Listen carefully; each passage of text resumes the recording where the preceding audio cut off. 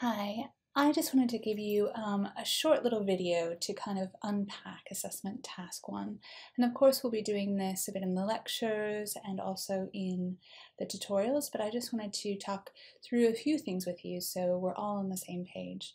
Now the assignment is due on the 13th of August, which is a Sunday, and again at that time just 5 minutes before midnight, so make sure that you get those in on time.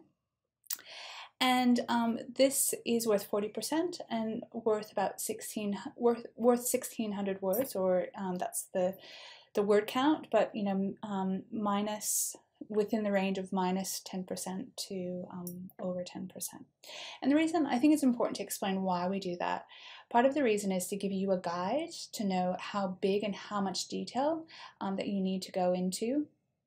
But also because it can be quite hard for people to assess work that if there is one, for example, piece of work that is 1,200 words and another that is 4,000, it's really hard to then measure accurately on the same rubric, because obviously the one with more words has an advantage because there's more detail in most cases. So we're trying to kind of make it comparative and be able to kind of make it easier to assess as well. So that's why we give word counts, just out of interest if you got it. So this essay is looking at, it's really, the purpose of it is to get you to just start exploring curriculum. Now this is the first kind of time that you will do this, but of course throughout the next 4 years you'll be doing a lot and looking at the curriculum, particularly as you plan lessons and so on. So you'll always be going back to curriculum and being able to link it to not only your teaching but what students are learning. So we've kind of separated this essay into three parts, which is important. So when you're trying to shape your essay, it's important to understand, okay, I have these 3 aspects, but always, please always make sure that you're looking at the rubric and checking your own work, because that is the best way to make sure that you are on task and that you're not missing any parts, because that's what we use. So make sure that you, as you write, you have the rubric in front of you as you begin your writing your paper, and also as you draft your paper. So the first part is define what is meant by curriculum. Now be careful with the word define, because oftentimes when people think define, they think a definition. Okay, I'll look at Oxford Dictionary, but that's actually not what we mean.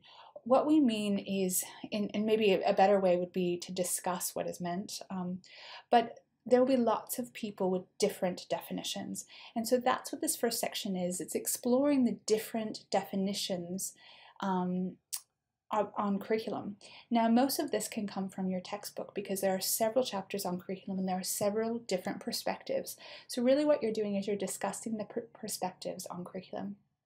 In week 1 tutorials, there will be kind of a template in some ways, or a sample of how you might structure this first section, and it'll be kind of an introduction, but also then being able to describe and define curriculum from several different perspectives. So you might have something like Fish 2017 argues that curriculum is about blah blah blah blah blah, while Gendidis argues that curriculum is about da, da, da, da. So you can, there's ways that you can do that to show these different perspectives. The second section is about describing a curriculum from your specialization. So for example, if you're early years, early childhood, you might be looking at the Victorian Early Years Learning Development Framework, or the national one as well. So you might be looking at these sorts of things, but you also might be interested in Steiner or Montessori or Reggio Emilia. So you can be looking at that as well. So you can choose your curriculum. Obviously, if you're early years primary, you might just choose one or the other. But if you're primary, you're looking at the Australian curriculum or the Victorian curriculum. But you could also look at the IB program if you wanted to. And of course the same with secondary. Now I would personally, if I was in your situation, I'd be looking at the Victorian curriculum if I was planning to teach and work in Victorian schools, because you'll want to get to know that quite well.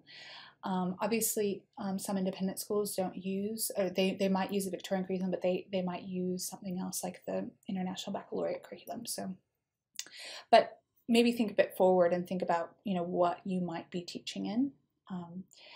And this is, so you're going to be describing a curriculum, but one of the things that you need to do is this section is not necessarily about breadth. It's about really understanding the curriculum and showing that you understand the curriculum. So I would suggest that you focus in on a particular area. So if you obviously are HPE, secondary HPE, you look at the secondary HPE curriculum. If you're looking at primary, you might look at, or just secondary, you might look at maths or English. Now, if you need to expand on that and you don't have enough words and you want to then look at maths and English, that's fine.